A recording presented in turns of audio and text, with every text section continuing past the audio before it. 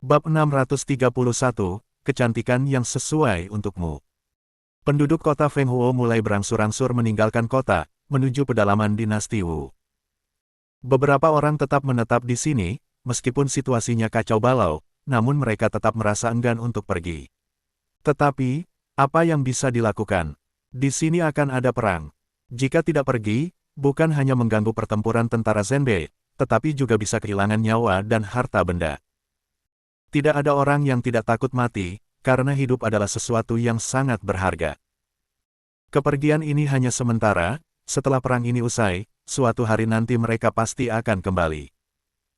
Mereka percaya pada tentara Zenbei, percaya pada Li Zun, percaya bahwa mereka pasti bisa mengalahkan musuh dan membuat seluruh wilayah utara menjadi damai. Saat mendengar ucapan pemilik toko, tua-tua segera berubah ekspresi dan kemudian berlari masuk ke kamar, berjalan mondar-mandir dengan cemas. Sejak malam itu, setelah mengusir Li Zun, anak itu tidak pernah datang lagi. Kerjasama antara pasukan anjing angin dan tentara Zenbei juga dibicarakan oleh Ji Zongqing. Orang jahat ini, apakah dia akan marah padaku selamanya? Tua-tua merasa gelisah. Mengosongkan kota Fenghuo, apa artinya ini? Apakah ini berarti Li Zun tidak yakin akan kemenangan dalam perang ini? Namun, seharusnya tidak begitu. Sekarang, negara anjing angin dan dinasti Wu telah bersatu, dengan kekuatan militer hampir mencapai 200.000. Pasukan kerajaan Yan yang dipimpin oleh Sima Qingshan berjuang sendirian, dan Sima Qingshan sudah sering mengalami kekalahan. Sekarang tentara Zenbei memiliki keunggulan yang signifikan, tidak mungkin mereka tidak memiliki keyakinan. Tidak mungkin. Orang ini begitu hebat, dia pasti punya rencana. Tua-tua segera menyadari inti permasalahan. Tok tok tok. Tiba-tiba terdengar suara ketukan di pintu, tua-tua segera berlari membuka pintu. Dia langsung melihat Li Zun yang berpenampilan tampan dan gagah, tua-tua tidak bisa menyembunyikan kegembiraannya, tetapi segera menahannya. Kenapa Panglima datang ke sini? Sudah beberapa hari tidak bertemu, Panglima masih terlihat sangat menawan. Tua-tua tersenyum, dengan nada yang sangat anggun. Li Zun tertegun sejenak, lalu tersenyum dan berkata, "Sudah beberapa hari tidak bertemu, Nona tua-tua semakin cantik dan menawan." Tua-tua sangat senang mendengarnya, tetapi tetap menjaga ekspresi tenang, hanya tersenyum tipis. Dia membiarkan Li Zun masuk, kemudian menutup pintu, dan menuangkan air untuk Li Zun. "Panglima, apakah Anda sangat sibuk dalam beberapa hari ini?" Pemilik toko mengatakan Anda sudah lama tidak datang, tua-tua tersenyum. Li Zun mengangguk, berkata, memang cukup sibuk. Apa yang membuat Panglima sibuk? Apakah bersama Nona Ayuan? Tua-tua bertanya. Bicaranya mulai berbelit-belit dan tajam. Gadis ini memang perlu diberi pelajaran. Li Zun berpikir dalam hati, tetapi hanya mengangguk pelan, berkata, "Ya, Ayuan selalu bersama saya." Tua-tua meletakkan teko air dengan keras di atas meja, mengejutkan Li Zun yang secara refleks melihatnya. Tua-tua tersenyum dan berkata, "Maaf Panglima, tangan saya lemah, jadi sedikit tidak stabil." Li Zun dengan tenang mengangguk, berkata, "Ya, pekerjaan berat memang tidak cocok untukmu." Tua-tua menyajikan air untuk Li Zun, bertanya, "Lalu menurut Panglima, apa yang cocok untuk saya?" Li Zun mengambil air tersebut untuk melembabkan tenggorokannya, lalu tersenyum dan berkata, "Kecantikan seperti bunga cocok untukmu." Tua-tua terkejut, terpaku sejenak, lalu senyum di bibir dan kelembutan di matanya tidak bisa disembunyikan. Wanita cantik seindah bunga, penuh pesona. Li Zun langsung menariknya ke dalam pelukan, membiarkannya duduk di pangkuannya dengan pose yang intim. Mata mereka bertemu, dan napas mereka semakin cepat. "Panglima." Tua-tua berbisik dengan wangi nafasnya, lidahnya seperti ular, matanya penuh keinginan. Li Zun dengan tegas menahan belakang kepalanya dan langsung mencium bibirnya yang lembut. Tua-tua dengan cepat merespon dengan penuh gairah, keduanya segera mulai saling menyentuh. Tidak lama kemudian, pakaian mereka sudah terlepas, berguling di atas tempat tidur. Sungguh, keindahan musim semi, kenikmatan duniawi adalah kebahagiaan. Bab 632, bagaimana mungkin mengorbankan urusan besar demi perasaan pribadi. 1 jam kemudian, tua-tua dengan wajah penuh kepuasan, pipinya memerah, berbaring malas di dada Li Zun. Keduanya saling berpelukan erat seolah ingin selalu menyatu dengan tubuh masing-masing. Tak ada kata-kata yang terucap, hanya menikmati kehangatan satu sama lain dalam keheningan. Tuo, ikutlah dengan Ayuan ke dinasti Wu, kata Li Zun tiba-tiba. Apa? Ekspresi Tuo langsung berubah, kemalasan di wajahnya hilang seketika. Ia bangkit setengah badannya yang putih bersih, menatap Li Zun dan bertanya. Apa maksudnya? Li Zun menariknya kembali ke dadanya, menatap matanya, dengan mesra menyentuh hidungnya dengan hidungnya, dan berkata. Aku dan Perdana Menteri Ji bersiap untuk menghadapi Sima Qingshan dalam pertempuran terakhir, berusaha menyelesaikan perang di utara dalam 10 hari. Tuo segera berkata, lalu apa hubungannya jika aku tetap di sini? Aku tidak ingin pergi, aku ingin bersamamu. Li Zun tertawa, aku juga ingin bersamamu. Benarkah? Mata Tuo penuh dengan kegembiraan, merasa sangat bahagia. Tentu saja benar. Li Zun tersenyum lebar, jadi, agar kita bisa memiliki lebih banyak waktu bersama di masa depan, pergilah dengan Ayuan ke dinasti Wu menungguku. Setelah urusan di sini selesai, aku akan pergi ke dinasti Wu untuk mencari kalian.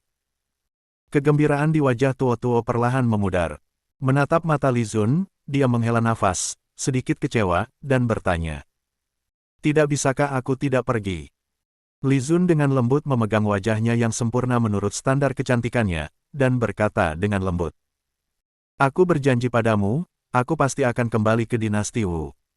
Tuo cemberut, lalu menggigit bibir Li Zun dan kembali mencium dengan penuh gairah. Mungkin karena akan berpisah, kali ini mereka lebih bersemangat dari sebelumnya. Mereka kembali terjebak dalam kebahagiaan primitif yang penuh kegembiraan. Keesokan harinya, Tuo dan Ayuan berangkat bersama karavan yang menuju ke selatan. Li Zun berdiri di gerbang kota melihat kedua wanita itu pergi. Ayuan terlihat sangat enggan, matanya memerah, sementara Tuo tampak sangat tenang. Jika tidak rela, tinggal saja, kata Ji Zongqing sambil mendekat dengan wajah bercanda. Li Zun menatapnya sekilas, dan berkata dengan serius. Perdana Menteri Ji benar-benar meremehkan aku. Di hadapan urusan besar negara, bagaimana mungkin aku mengorbankan urusan besar demi perasaan pribadi? Ji Zongqing menatapnya dengan senyum dingin. Dia tidak mempercayai kata-kata itu. Jika Tuo atau Ayuan ditangkap musuh dan dijadikan sandera untuk memaksa mereka membuka gerbang kota Fenghuo, Ji Zongqing yakin Li Zun akan menjadi orang pertama yang tanpa ragu membuka gerbang. Tidak akan mengorbankan urusan besar demi perasaan pribadi. Omong kosong. Namun, mengirim mereka keluar dari utara sebelum perang dimulai, itu masih menunjukkan pengertian. Li Zun segera berjalan kembali, berkata, Perdana Menteri Ji, segera beritahu semua komandan militer untuk datang ke markas besar untuk rapat. Aku ingin menyelesaikan masalah Sima Qingshan dalam 10 hari, kemudian membantu Raja Yan melawan Zhou Qing. Ji Zongqing mengangguk. Namun, dia tidak bisa menahan diri untuk bertanya tentang sesuatu yang membuatnya bingung sejak awal, yaitu mengapa tidak membantu Raja Zhenbei tetapi malah membantu Raja Yan. Secara logika, daerah perbatasan timur Henggu adalah yang paling mendesak, bisa ditembus kapan saja. Mendengar pertanyaan Ji Zongqing, Li Zun berpikir sejenak, lalu berkata, Perdana Menteri Ji mengatakan Raja Zhenbei tidak akan mengkhianati dinasti Wu, jadi dia pasti akan berjuang sampai tetes darah terakhir, hingga dirinya sendiri juga tewas. Kebetulan, aku sangat ingin melihat pemandangan itu. Ji Zongqing langsung terkejut. Menatap Li Zun dengan ketakutan. Hahaha. Li Zun melihat reaksi Ji Zongqing, lalu tertawa terbahak-bahak, berkata. Perdana Menteri Ji, tak kusangka kau begitu mudah tertipu. Tentu saja alasannya adalah Zhou Qing mudah dikalahkan, sedangkan tentara Zhao sulit. Jika membantu Raja Zhenbei, perang akan berlarut-larut, tetapi jika membantu Raja Yan, perang bisa segera selesai. Zhou Qing mudah dikalahkan. Ji Zongqing tampak marah, tertawa dingin, ini adalah lelucon terbaik yang pernah kudengar seumur hidup. Jika meremehkan Zhou Qing, kau pasti akan mati tanpa tahu bagaimana caranya. Senyum di sudut bibir Li Zun segera berubah menjadi sinis, berkata. Perdana Menteri Ji, mari kita bertaruh. Bab 633, Rapat. Namun, Ji Zongqing tanpa ragu menggelengkan kepala, berkata, saya tidak akan bertaruh dengan anak kecil. Li Zun terhenyak. Sialan. Orang tua ini makin pandai menghina orang. Setengah jam kemudian, di markas besar, semua perwira tinggi militer, serta Ji Zongqing dan Lin Qing, berkumpul di hadapan Li Zun. Termasuk juga Komandan Batalion Pengebom Yang Feng dan Liu Shan. Para jenderal, saya memutuskan untuk dalam 10 hari ke depan, kita akan melakukan pertempuran terakhir dengan pasukan kerajaan Yan dari Sima Qingshan. Dalam pertempuran ini, Sima Qingshan harus mati. Nada suara Li Zun datar tapi tegas, matanya menyapu wajah semua orang, berkata. Tapi ini bukan hal yang sederhana, kita harus membuat persiapan yang matang. Sekarang saya akan memberikan perintah, para jenderal dengarkan baik-baik. Siap, Panglima. Siap. Panglima, beri perintah, sudah lama saya ingin memenggal anjing Sima Qingshan. Semua orang serentak menjawab. Lin Qing penasaran, metode apa yang akan digunakan Li Zun untuk memancing Sima Qingshan agar turun ke selatan. Jika dia tidak salah, Sima Qingshan berniat menghindari pertempuran, hanya untuk menahan mereka di utara dengan kekuatan mendekati 200.000 pasukan, memberikan waktu bagi pasukan Zhao untuk menyeberangi sungai. Kecuali menyerang langsung, tidak mungkin bisa menghadapi Sima Qingshan dengan mudah. Li Zun pertama kali melihat ke arah Wang Sheng, berkata, Jenderal Wang, besok pagi Anda akan memimpin 100.000 pasukan menuju perbatasan barat Fengbei untuk membantu Raja Yan. Apa? Wang Sheng awalnya akan menyetujui, tapi dengan cepat bereaksi dan langsung terkejut, spontan berkata. Memimpin 100.000 pasukan menuju perbatasan barat Fengbei. Sekejap, semua orang terkejut. Semua perwira tinggi menatap Li Zun dengan wajah terkejut. Beberapa orang bahkan berpikir, apakah Panglima ini sudah gila? Memindahkan 100.000 pasukan, bagaimana cara menahan Sima Qingshan? Lin Qing juga tertegun, berpikir apakah Li Zun belum sepenuhnya terjaga dari tidurnya, bagaimana bisa berbicara omong kosong seperti itu? Lin Qing segera berkata, Panglima, apakah Anda salah bicara? Para jenderal juga merasa Li Zun salah bicara. Bagaimanapun, perintah ini jelas salah. Li Zun menggelengkan kepala, dengan serius berkata, saya tidak salah bicara. Jenderal Wang, besok pagi Anda memimpin 10.000 pasukan menuju perbatasan barat Fengbei, sudah jelas. Mendengar, tapi, Wang Sheng pertama kali merasa bingung. Lin Qing segera berkata, Panglima, jika Jenderal Wang membawa 100.000 pasukan, bagaimana kita bisa mempertahankan kota Fenghuo dari 150.000 pasukan kerajaan Yan dari Sima Qingshan? Tolong pertimbangkan kembali, Panglima. Li Zun langsung mengerutkan kening. Ji Zongqing yang diam berkata, penasihat, Panglima tentu memiliki pertimbangan sendiri, kalian hanya perlu mengikuti perintah. Lin Qing terdiam sejenak, segera berkata, baik. Dia melihat sekilas ke arah Ji Zongqing, dalam hatinya merasa kagum dan bingung. Tampaknya Ji Zongqing dan Li Zun sudah membahas hal ini sebelumnya. Li Zun melihat ke arah Lin Qing, tidak berkata banyak, tapi beralih ke Wang Sheng. Wang Sheng juga segera menyadari bahwa mempertanyakan Li Zun tadi adalah kesalahan, segera berkata dengan lantang. Baik, saya menerima perintah. Li Zun baru mengangguk, berkata. Pengintai militer harus selalu berhubungan dengan Perdana Menteri Ji, ini tidak boleh ada kesalahan. Baik, saya akan mengingatnya. Wang Sheng mengangguk. Li Zun melihat ke arah Lin Qing dan berkata, penasihat militer, besok Anda memimpin 10.000 pasukan untuk berkemah di Gunung Beruang Hitam. Apa? Bukankah itu berarti dikirim ke kematian? Pasukan besar Sima Qingshan berada di Gunung Qingfeng, jika mereka menyerang, mungkin tidak akan bisa kembali. Lin Qing merasa dirinya mungkin menjadi sasaran, tapi hanya bisa menggigit bibir dan berkata, baik, saya menerima perintah. Namun, Li Zun berkata, jangan khawatir, besok saya akan mengirim 50.000 pasukan anjing angin bersama Anda ke utara, berkemah di Gunung Beruang Hitam. Anda mungkin perlu bekerja sama dengan Jenderal Tiegu, saya akan mengirim seseorang yang mengerti bahasa anjing angin untuk membantu Anda. Baik, Lin Qing baru mengangguk. Meskipun sampai sekarang dia tidak tahu apa yang ingin dilakukan Li Zun, tapi jika ada 50.000 pasukan anjing angin bersamanya, dia tidak takut. Orang-orang kasar itu sangat kuat. Li Zun beralih ke Zhong Zining dan berkata, Zining, besok Anda memimpin 3.000 pasukan menuju Gunung Jinfeng. Bab 634, pengaturan pasukan. Gunung Jinfeng adalah tempat yang mereka lewati saat bergerak ke utara.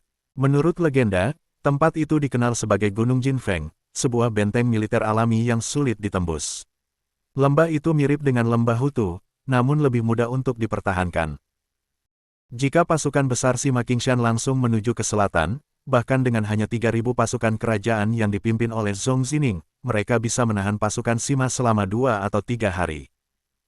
Selain itu, Sima Qingshan tidak mungkin cukup bodoh untuk benar-benar menyerang dinasti Wu. Li Zun mengirim Zhong Zining ke Gunung Jinfeng hanya untuk memancing Sima Qingshan masuk perangkap.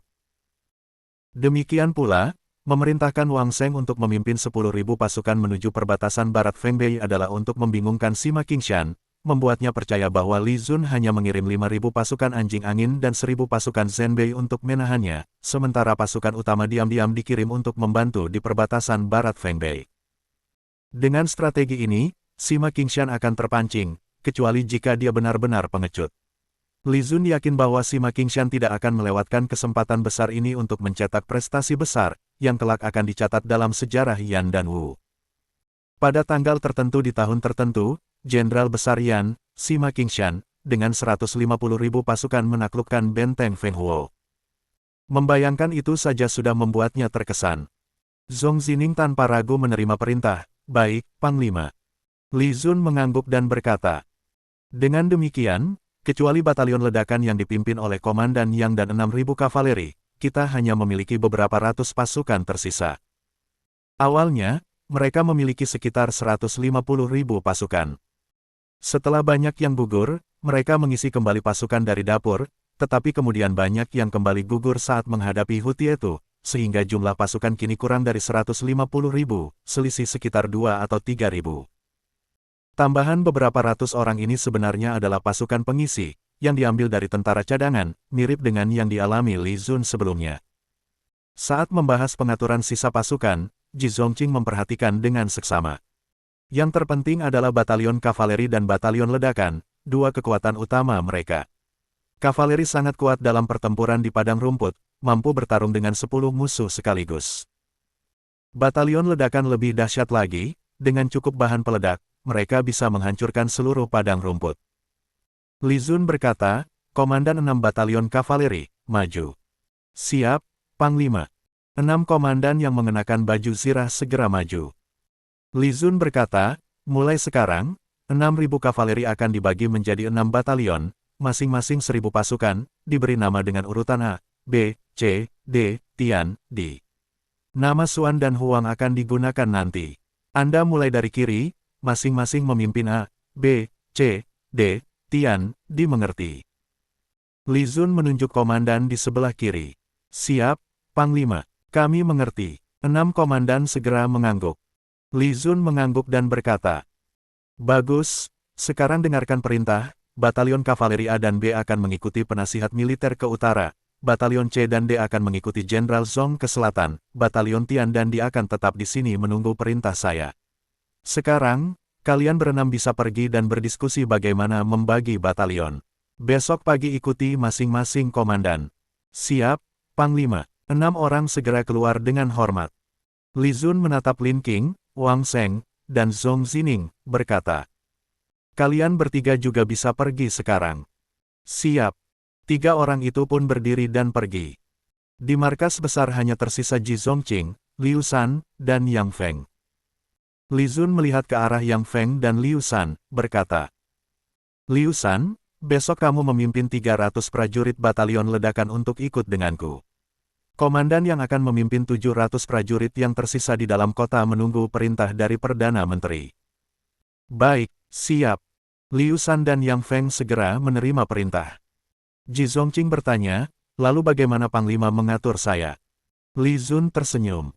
Perdana Menteri adalah pemimpin sejati di utara, tentu tidak boleh pergi sembarangan. Saya butuh Anda untuk memainkan peran dalam rencana kota kosong. Wajah Ji Zongqing langsung berubah, merasa firasat buruk. Bab 635, Ahli Tianshan, Ma Yuanhan. Apa itu rencana kota kosong? Ji Zongqing segera bertanya. Li Zun tersenyum dengan niat buruk, tentu saja sesuai arti kata-katanya, yaitu kota kosong.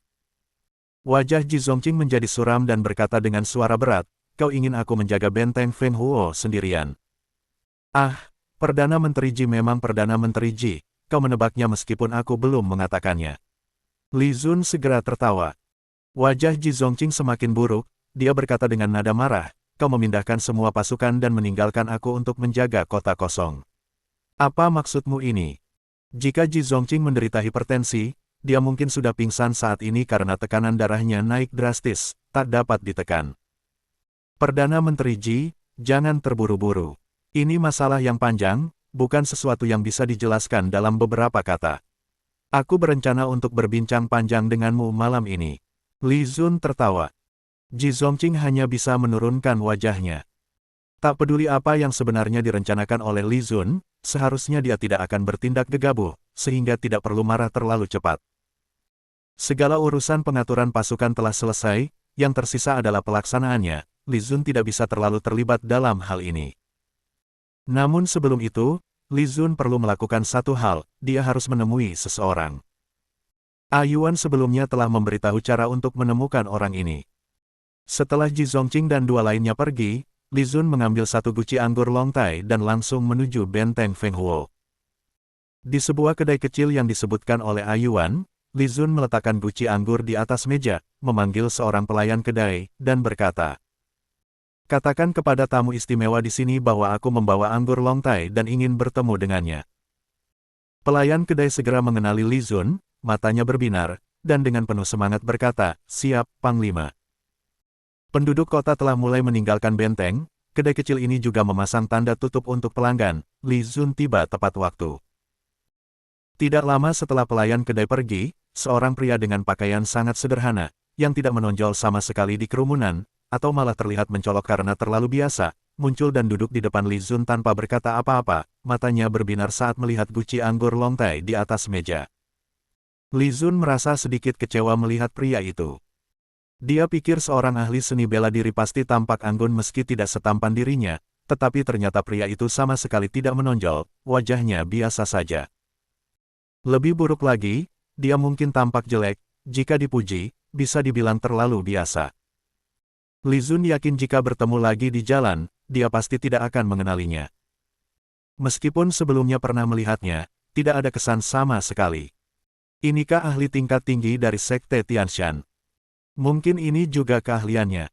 Anda adalah... Li Zun menelan ludah, hendak menanyakan namanya. Ma Yuanhan. Pria itu langsung menjawab. Dengan tak sabar, dia menunjuk guci anggur di meja dan bertanya, apakah ini untukku? Silakan minum. Li Zun langsung memberi isyarat mempersilakan. Pria dengan penampilan sangat biasa, tanpa ciri khas itu, menunjukkan ciri khasnya saat memegang anggur. Dia benar-benar seorang pemabuk. Sayangnya, dia tidak memiliki anggun dan karisma seperti seorang pendekar pedang mabuk, malah lebih mirip Sun Gokong setelah menjadi pengemis. Anak yang malang, mungkin baru berusia awal 30-an. Ahli dari Sekte Tianshan yang bernama Ma Yuanhan meminum anggur dalam sekali teguk, bersorak riang, matanya berbinar, berseru. Luar biasa, sungguh luar biasa. Anggur ini memang enak. Mendengar dari Yuan, selama aku memberikan anggur Longtai, kau bersedia melindungiku. Li Zun tersenyum. Ma Yuanhan menatap Li Zun sejenak, tersenyum, dan berkata, bahkan tanpa anggur, aku tetap harus melindungimu, bukan? Itu adalah perintah ketua sekte. Tapi, cara bicaramu sangat enak didengar, aku suka.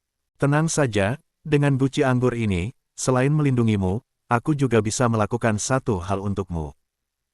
Bab 636, Sima Qingshan akhirnya sadar. Li Zun menyipitkan matanya dan bertanya, satu guci anggur untuk satu tugas. Satu guci anggur untuk satu tugas. Ma Yuanhan mengangguk. Bagus. Aku punya banyak anggur.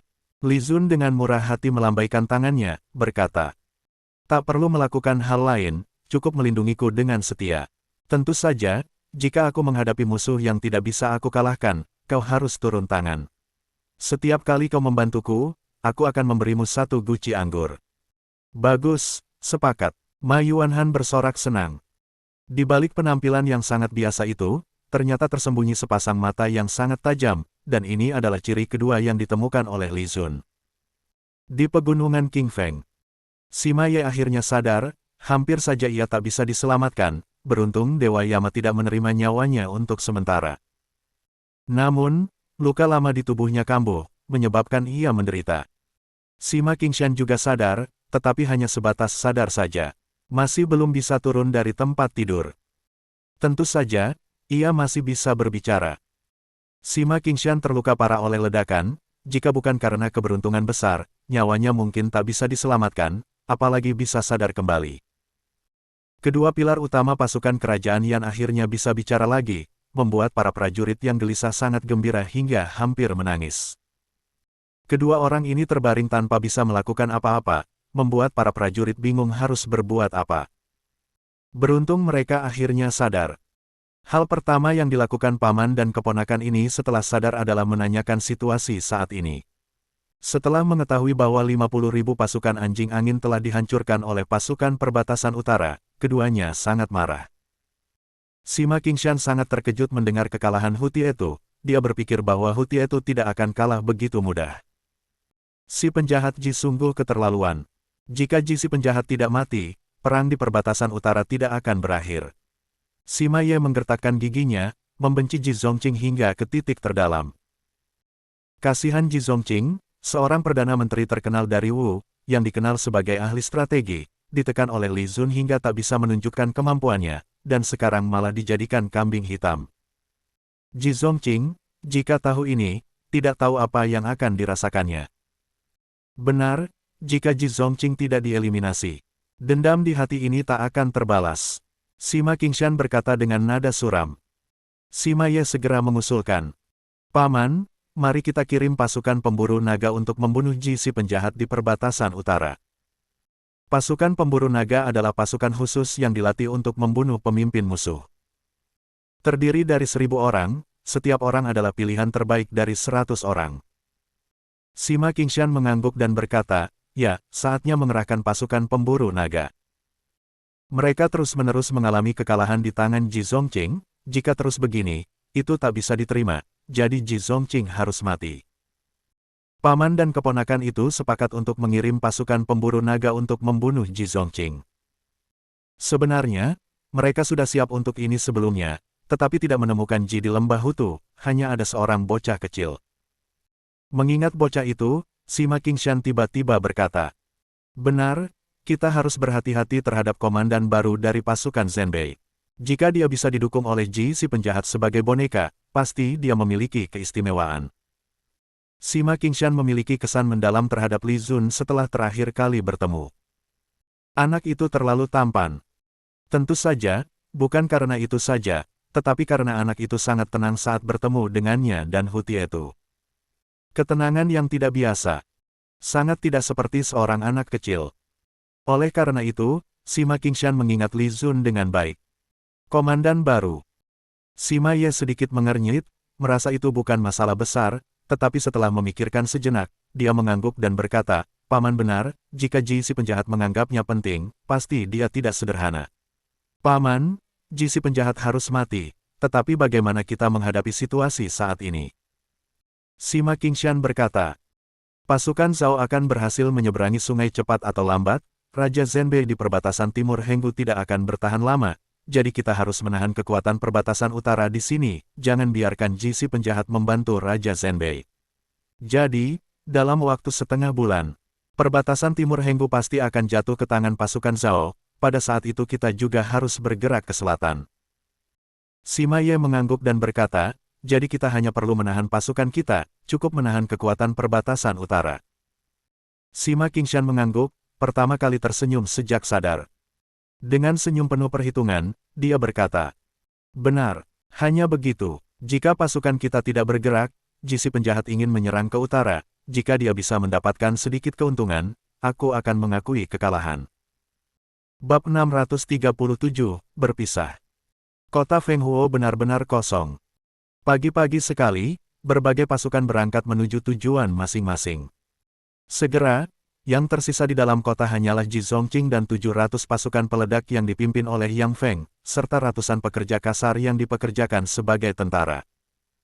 Tentu saja, Raja Anjing Angin juga berada di dalam kota. Dia tidak punya tempat lain untuk pergi, dan Tuo-Tuo juga tidak membawanya pergi. Bahkan jika Tuo-Tuo ingin membawanya, dia tidak akan berani pergi. Di perbatasan utara, Li Zun yang memutuskan segalanya. Jika dia pergi ke ibu kota, kemungkinan besar bukan Li Zun yang akan memegang kendali. Oleh karena itu, dia tidak berani pergi. Mantan raja musuh yang tangguh ini memilih untuk tetap tinggal di kota Fenghuo. Anak ini, apa yang sebenarnya dia ingin lakukan? Ji Zongqing berdiri di tembok kota, melihat pasukan kerajaan yang bergerak ke utara, mengernyit dan bergumam. Ekspresinya tampak tidak senang. Li Zun memimpin 2.000 pasukan berkuda dan 300 pasukan peledak, mengikuti pasukan Lin Qing dan Tai Gu ke utara, tetapi dia tidak mengungkapkan tujuannya sama sekali. Hal ini membuat Ji Zongqing merasa agak kesal. Memikirkan tugas yang diberikan anak itu kepadanya semakin membuatnya marah. Dia merasa dirinya hanya seperti boneka yang dikendalikan oleh anak itu. Namun, sekarang tidak ada pilihan lain selain menerimanya. Dia menghela napas, memanggil Yang Feng dan memerintahkan. Yang Feng, cari 100 prajurit yang cerdik dan tangguh untuk menjaga gerbang kota dan tembok kota. Aku hanya punya satu permintaan, dari luar, kota Fenghuo harus terlihat tertib dan normal. Bagaimanapun biasanya, sekarang harus tetap seperti itu. Yang Feng tertegun sejenak. Dia tidak mengerti mengapa harus melakukan ini, tetapi segera melaksanakan perintahnya.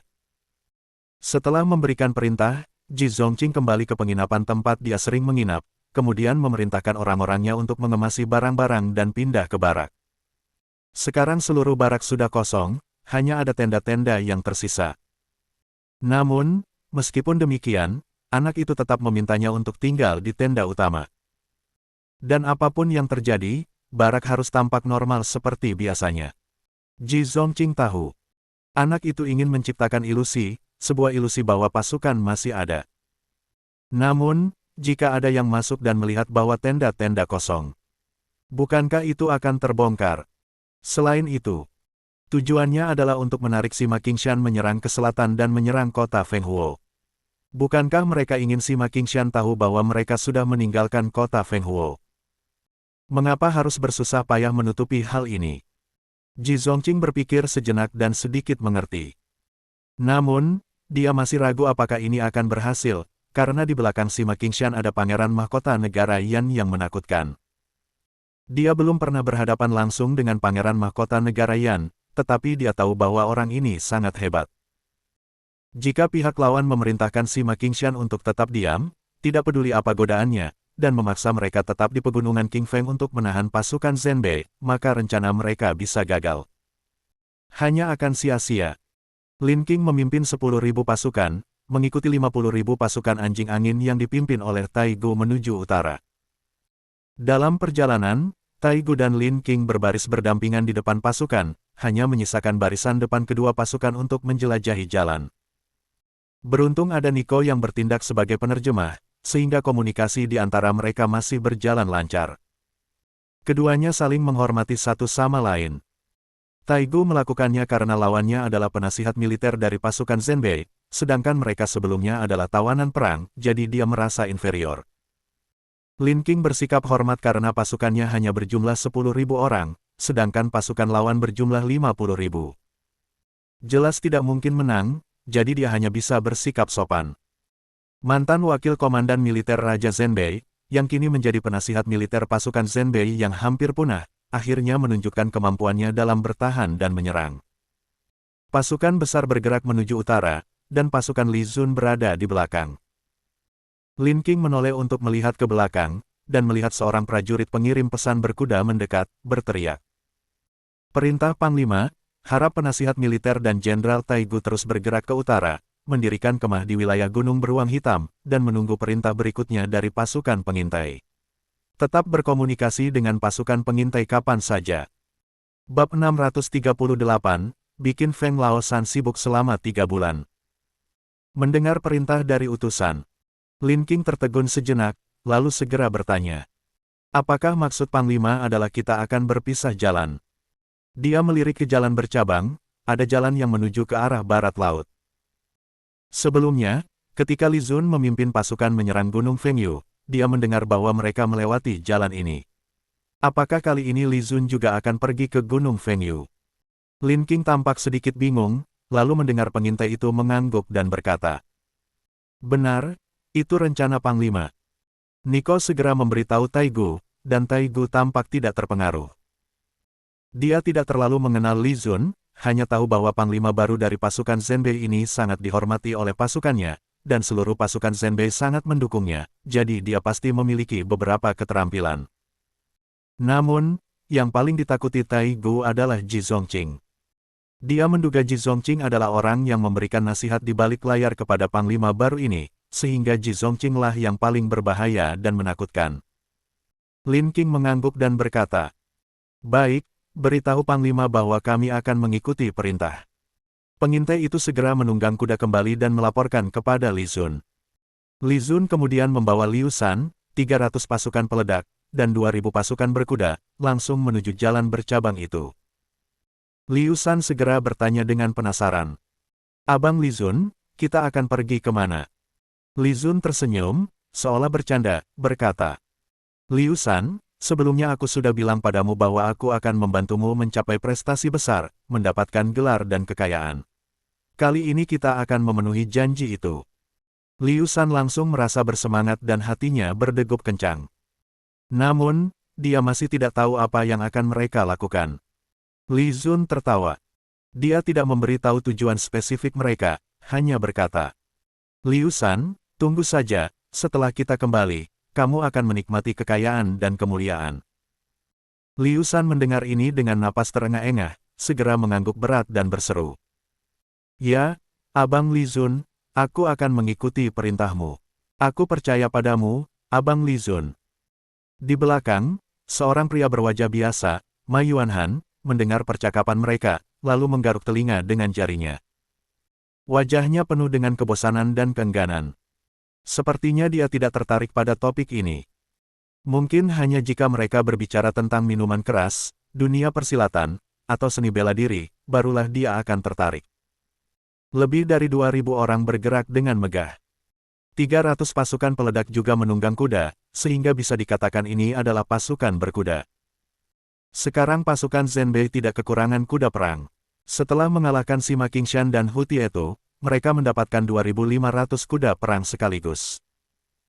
Kemudian mereka juga mendapatkan banyak kuda perang dari Gunung Fengyu, yang semuanya diberikan kepada kamp pelatihan kavaleri profesional di dalam pasukan, dan kini sudah siap untuk bertempur.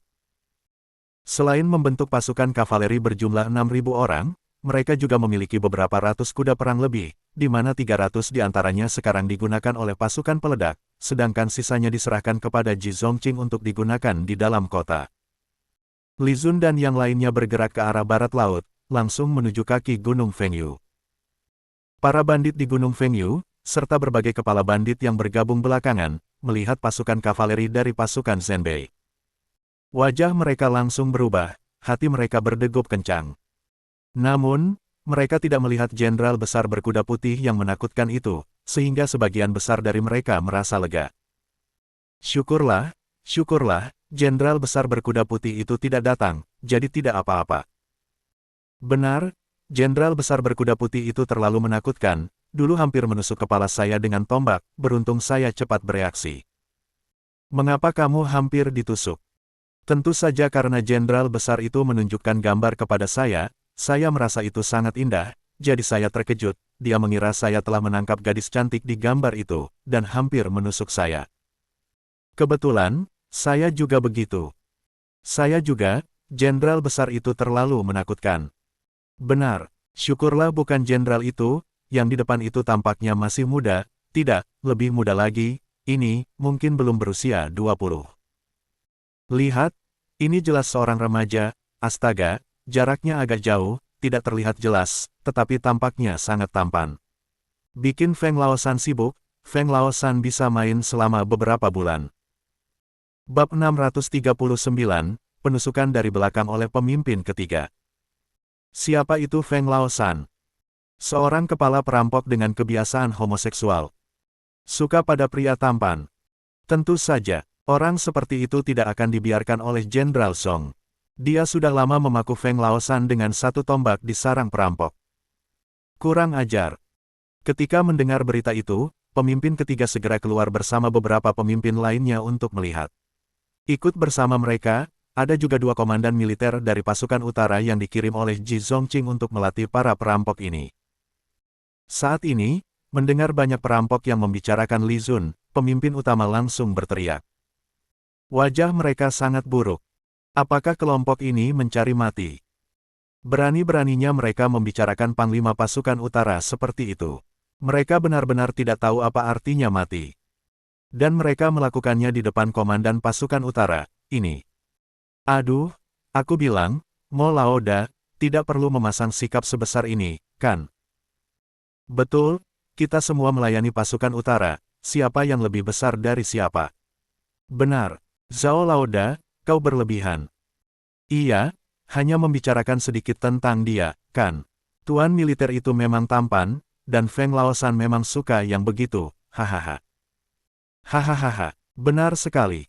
Sayangnya, Feng Laosan sudah dipaku mati oleh Jenderal Zhong. Hahaha, memang sayang sekali. Beberapa pemimpin perampok terdahulu melihat 5 pemimpin utama kelompok bandit Gunung Fengyu, bahkan 2 komandan pasukan utara, tetap merasa aman dan tertawa terbahak-bahak tanpa takut. Pemimpin utama mengerutkan kening. Para idiot ini, jangan seret kelompok bandit Gunung Fengyu dalam kematian kalian. Untungnya, 2 komandan pasukan utara itu tidak mengerti bahasa negara anjing angin, jadi mereka tidak tahu apa yang ditertawakan para perampok ini. Tapi memikirkan pun sudah pasti bukan hal baik. Keduanya segera mengerutkan kening.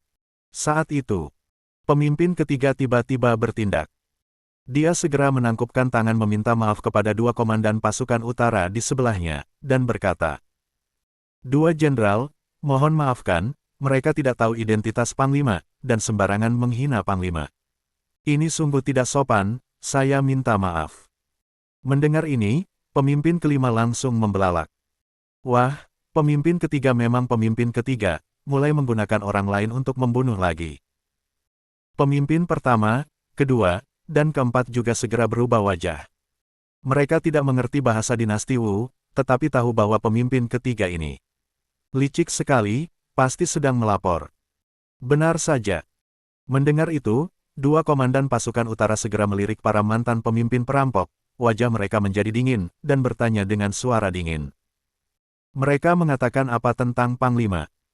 Pemimpin ketiga tampak sulit, tetapi tanpa ragu memberitahu mereka.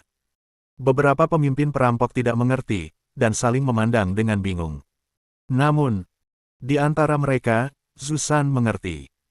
Wajah Zusan langsung berubah sangat jelek dan ketakutan, segera menjauh dari orang-orang yang mencari mati ini. Astaga! Pemuda itu ternyata panglima baru pasukan utara. Luar biasa, luar biasa. Mendengar kata-kata jujur dari pemimpin ketiga, mungkin tanpa sedikit pun tambahan, 2 komandan pasukan utara itu segera menjadi lebih dingin, dan berkata dengan dingin. Baiklah, kami akan melaporkan ini kepada Panglima. Benar, sekarang mari kita turun untuk menyambut Panglima. Pemimpin ketiga segera mengangguk, melirik 3 saudara laki-lakinya, dan sedikit tersenyum. Artinya jelas. 3 saudara laki-lakinya merasa merinding, lebih baik jangan mengganggu pemimpin ketiga ini. Sangat menakutkan. Beberapa pemimpin perampok saling memandang, tidak mengerti. Namun ada perasaan tidak enak. Semua, mari kita turun. Pemimpin utama kelompok bandit Gunung Fengyu merasa gembira dalam hatinya, segera berkata kepada beberapa pemimpin perampok itu. Mereka mengangguk. Di bawah sana adalah pasukan utara, dan tampaknya itu pejabat tinggi, tetapi melihat penampilannya, mungkin seorang staf militer. Namun, mereka tidak khawatir, toh dia juga tidak mengerti bahasa mereka, menghina sedikit tidak masalah. Segerombolan orang segera bergegas turun. Bab 640, Kemunculan mendadak Zusan dari desa bandit Pingqiu. Sekelompok orang turun, dan dengan hormat memberi salam kepada Li Zun.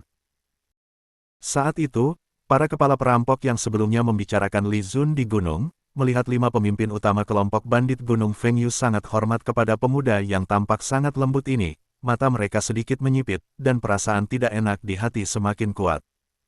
Ada apa ini? 5 orang yang sombong ini, tidak mungkin begitu hormat kepada seseorang yang mungkin hanya seorang penasihat militer dari pasukan utara, kan?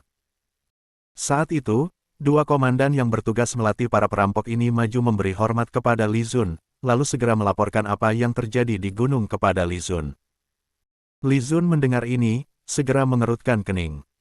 Dia melirik para kepala perampok, lalu melihat ke pemimpin ketiga, dan bertanya.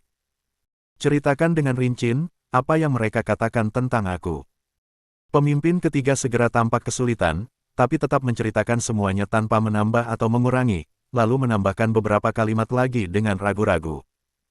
Yang mulia, mereka bilang Anda begitu tampan dan gagah, biasanya orang seperti itu mungkin juga menyukai pria. Yang mulia, mohon maafkan.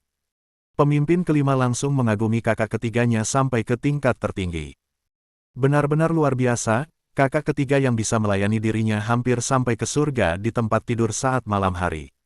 Kemampuannya menambahkan bumbu cerita benar-benar hebat. Baik, sangat baik.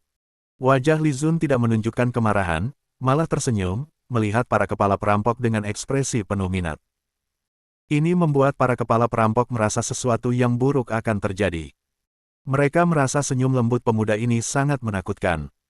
Liu San paling marah, dan berkata, Abang Li Zun, perlu tidak kita suruh orang memotong mereka? Li Zun menggelengkan kepala, tersenyum, dan berkata, mana bisa. Mereka adalah keluarga kita sendiri, tidak boleh begitu. Keluarga sendiri. Liu San mengerutkan kening. Pemimpin ketiga juga tidak mengerti. Jika itu dirinya, dia pasti akan memotong mereka jadi daging cincang. Apa maksud dari Panglima ini? Baiklah. Li Zun tidak melanjutkan masalah ini, tetapi melihat ke pemimpin ketiga, dan berkata, beritahu kakakmu, dan yang lainnya, segera susun barisan turun gunung, ikut aku menuju utara. Pemimpin ketiga dan kelima mendengar ini, wajah mereka langsung berubah. Ke utara untuk apa? Mereka mendengar bahwa Hutietu sudah dibunuh oleh Zhong Zining, dan pasukan negara anjing angin sekarang sudah bergabung dengan pasukan utara dinasti Wu. Lalu apa yang ada di utara? Pasukan kerajaan Yan. Astaga, Panglima ini tidak mungkin ingin membawa mereka untuk menyerang pasukan kerajaan Yan, kan? Dari dua komandan pasukan utara yang melatih mereka sudah sangat jelas. Pasukan utara yang paling hebat bukan Ji Zongqing, tetapi Panglima muda ini. Dan dia sangat suka menyerang sarang orang lain. Bahkan negara anjing angin saja diserang 3 kali. Apakah mungkin dia ingin membawa mereka untuk menyerang markas besar pasukan kerajaan Yan? Pemimpin ketiga dan kelima langsung merasa tidak enak, dan segera memberitahu pemimpin utama dan yang lainnya. Semua mendengar ini, wajah mereka juga berubah. Beberapa kepala perampok langsung bersuara. Ini berarti kita disuruh mati, kan? Betul, pasti untuk menyerang pasukan kerajaan Yan, apakah kita bisa melawan mereka? Benar-benar konyol. Aduh, menurutku, Jenderal Kuda Putih mengampuni hidup kita dulu untuk mengirim kita mati. Inilah saatnya. Sialan. Melihat beberapa kepala perampok menggerutu dengan mulut mereka, tapi tidak berani menampilkannya di wajah, pemimpin ketiga diam-diam tertawa, siap melaporkan mereka. Namun saat itu, dari kerumunan, tiba-tiba muncul seorang pria besar dengan kepala besar dan penuh daging, berkata dengan wajah penuh semangat. Panglima, kami bersedia bekerja keras untuk Anda, mengikuti perintah Panglima. Kami akan segera menyiapkan pasukan untuk berangkat. Orang ini bukan siapa-siapa selain Zhu San dari desa bandit Pingqiu yang terkenal suka menggoda para wanita tua. Pemimpin ketiga membuka mulutnya, terkejut dan terdiam. Li Zun juga tidak menyangka ada perampok seperti ini, yang memahami bahasa dinasti Wu, dan ingin menunjukkan diri di depannya untuk mendapatkan keuntungan. Dia segera menyipitkan mata dan tersenyum, berkata, bagus, bagus. Bersambung ke bab 641. Terima kasih.